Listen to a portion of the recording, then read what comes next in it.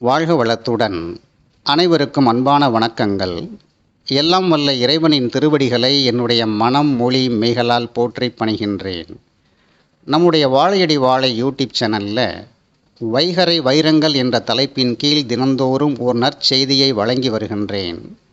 அந்த வரிசையில் இன்று நாம் காணவிருக்கும் நற்செய்தியின் தலைப்பு, நாம் ஏன் பிறந்தோம், ஏன் மழை வந்தது, ஏன் கடலில் சுனாமி உருவானது, ஏன் மரம் முளைத்தது, ஏன் தேர்வில் தோல்வி ஏற்பட்டது, ஏன் பயம் தோன்றியது, ஏன் பூமி சுழலுகின்றது, ஏன் இரவு பகல் மாறி மாறி வருகின்றது. இவ்வாறாக ஏன் ஏன் என்ற பல கேள்விகளுக்கு ஏதேனும் ஒரு காரணம் இருக்கிறதல்லவா? அதுபோலத்தான் நாம் ஏன் பிறந்தோம் என்பதற்கும் ஒரு காரணம் இருந்தாக வேண்டும். ஏன் என்ற கேள்வி எழுந்துவிட்டாலே அங்கு ஏதோ ஒரு காரணம் மறைவாக இருக்கின்றது என்று பொருள். இங்கு நான் பிறப்பு என்று கூறுவது உயிர் புதிதாக ஒரு உடலை பெறுவதை குறிக்கின்றது என்று புரிந்து கொள்ளுங்கள். பிறவியில் உயிர் உடலை பெறுவதற்கு ஒரு காரணம் இருந்தாக வேண்டும். அது என்ன என்பதுதான் தற்போது நாம் விளங்கிக் கொள்ள வேண்டிய மிக முக்கியமான செய்தி. உயிர் என்பது ஒரு அனாதி பொருள், அதாவது அதற்கு தோற்றமும் இல்லை, அழிவும் இல்லை. இந்த உயிர் இயல்பிலேயே ஆணவம் என்ற மலம் அல்லது குற்றம் உடையதாய் இருக்கின்றது.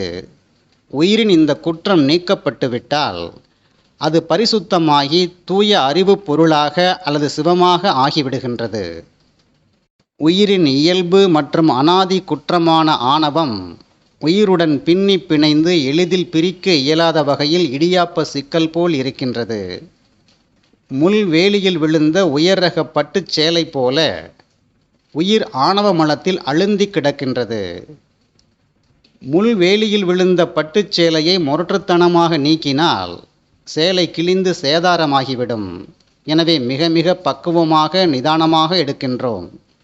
இதை போலத்தான் அனாதி காலம் முதல் ஆணவ மலத்தில் அழுந்தி கிடக்கும் உயிர்களை அதிலிருந்து மீட்டெடுக்கும் பணியை சிவம் மிக கச்சிதமாக செய்கின்றது.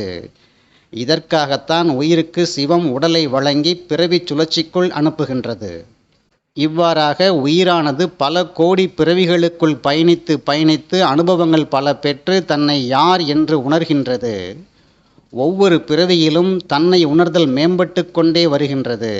அதே வேளையில் ஆணவ மலத்தின் வீரியம் குறைந்து கொண்டே வருகின்றது. ஒரு எல்லையில், அதாவது ஏதேனும் ஒரு பிறவியில் உயிர் முற்று முதலாக ஆணவத்தின் பிடியிலிருந்து விலகிவிடும். தற்போது உயிர் என்ற பட்டுச்சேலை பக்குவமாக எடுக்கப்பட்டு விட்டது. எடுக்கப்பட்ட பட்டுச்சேலையை மிகவும் பத்திரமாக வைக்காவிட்டால் மீண்டும் முள் வேலியில் வீழ்ந்துவிடும் அபாயம் இருக்கின்றது. எனவே பத்திரப்படுத்துகின்றோம். இதைப்போல ஆணவ மலத்திலிருந்து விடுபட்ட உயிர்களை சிவம் பத்திரமாக தன்னுடன் இரண்டர கலக்கச் செய்து விடுகிறது. இதன் பெயர்தான் பரமுத்தி என்று அழைக்கப்படுகிறது. எனவே நாம் இந்த உலகத்தில் பிறந்தது உலக சாதனைகள் பல செய்து பேரும் புகழும் பெறுவதற்காக அல்ல, நாம் நம் மூலமான சிவத்தை சென்று அடைவதற்காக என்று புரிந்து கொள்ள வேண்டும். இந்த உண்மைகள் அனைத்தையுமே நாம் செய்தியாக ஏற்கின்றோம். ஆனால் உணர்ந்து நடைமுறையில் அனுபவிப்பது என்பது மிக மிக கடினமாக இருக்கின்றது என்று கூறி இன்றைய நாள் பதிவை நிறைவு செய்கின்றேன். நன்றி, வணக்கம். வாழ்க வளத்துடன். அவன் அருளாலே அவன் தாள் வணங்கும் மகிழ்ச்சியுடன் உங்கள் ராதாகிருஷ்ணன்.